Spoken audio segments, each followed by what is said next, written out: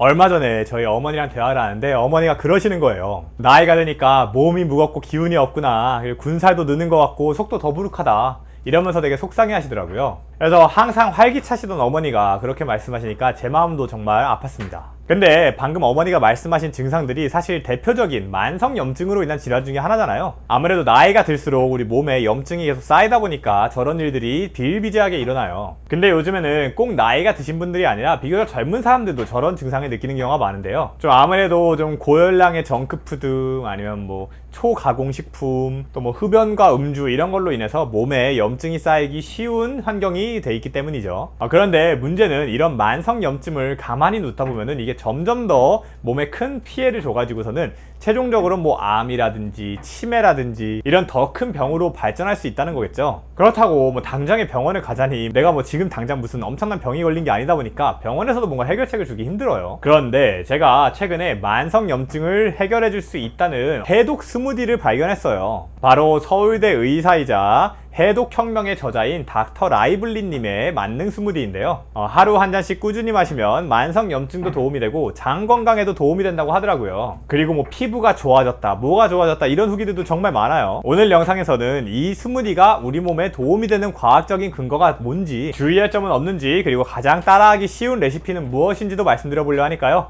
영상 꼭 끝까지 봐주세요.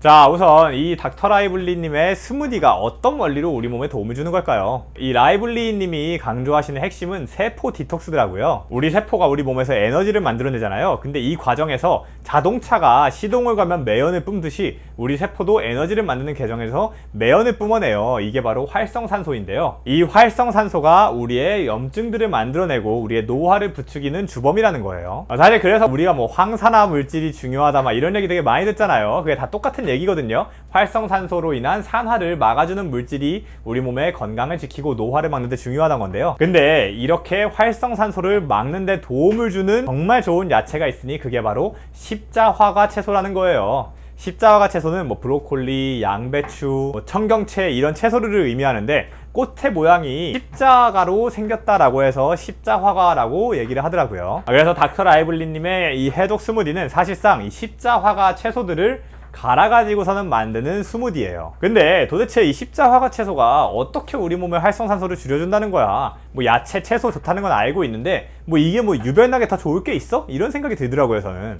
그래서 좀 찾아보니까 이게 근거가 정말 명확하더란 겁니다. 이 우리 몸에는 글루타치온이라고 불리우는 항산화 성분이 존재하고 있어요. 그래서 사실 이거는 영양제로도 많이 알고 있죠. 항산화 물질로. 이게 우리 몸에서도 자연적으로 존재하고 만들어지는데요. 어떤 식으로 우리의 독소를 제거하냐면 뭐 활성산소나 독소에 결합을 해서 수분으로 바꿔준 뒤 이거를 우리 소변이나 담즙으로 배출될 수 있게, 즉 몸 밖으로 나갈 수 있게 도와주는 성분이 바로 글루타치온인 거예요. 그런데 이 글루타치온을 사실 저도 영양제로도 먹어왔는데 문제가 있다는 거죠. 이 글루타치온을 영양제로 먹는 것만으로는 한계가 있습니다. 일단 첫 번째로 먹어도 우리 위와 장에서 소화 효소에 의해서 분해가 되기 때문에 흡수율이 높지가 않고요. 그렇다 보니까 우리가 글루타치온 영양제를 보면 다 건강 기능식품이 아니라 그냥 일반 식품이라고 되어 있어요. 건강 기능이 진짜 있다는 거를 붙일 만큼 효능이 완벽하게 입증되지는 좀 못했다는 거죠, 사실.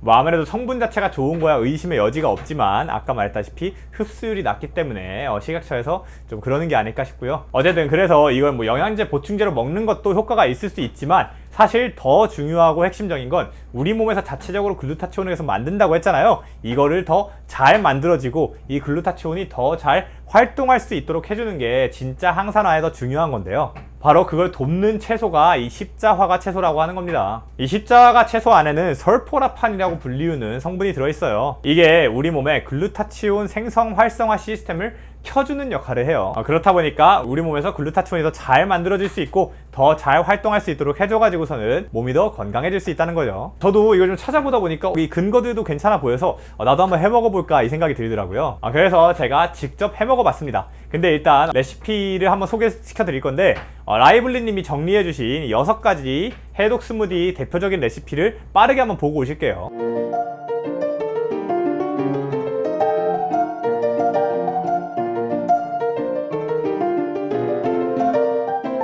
저는 이 중에서 이 연두 스무디라는 게 초보자가 입문하기 좋다고 라이블리님이 추천해 주셔가지고 그걸 한번 해먹어 봤어요. 보면은 뭐 재료도 되게 쉽잖아요. 양배추, 브로콜리, 그리고 레몬, 아보카도 다 제가 좋아하는 재료들이고 자주 먹는 재료들이기도 해서 이걸로 한번 해봤고요. 그래서 뭐 지금 보시면은 마트에 가서 양배추도 사고요, 브로콜리도 사고요, 또 아보카도 같은 경우에는 이게 이 일반 과일도 팔고 있는데 아무래도 보관하고 이러는 게 좀 힘들어가지고 저는 그냥 냉동 제품으로 샀습니다.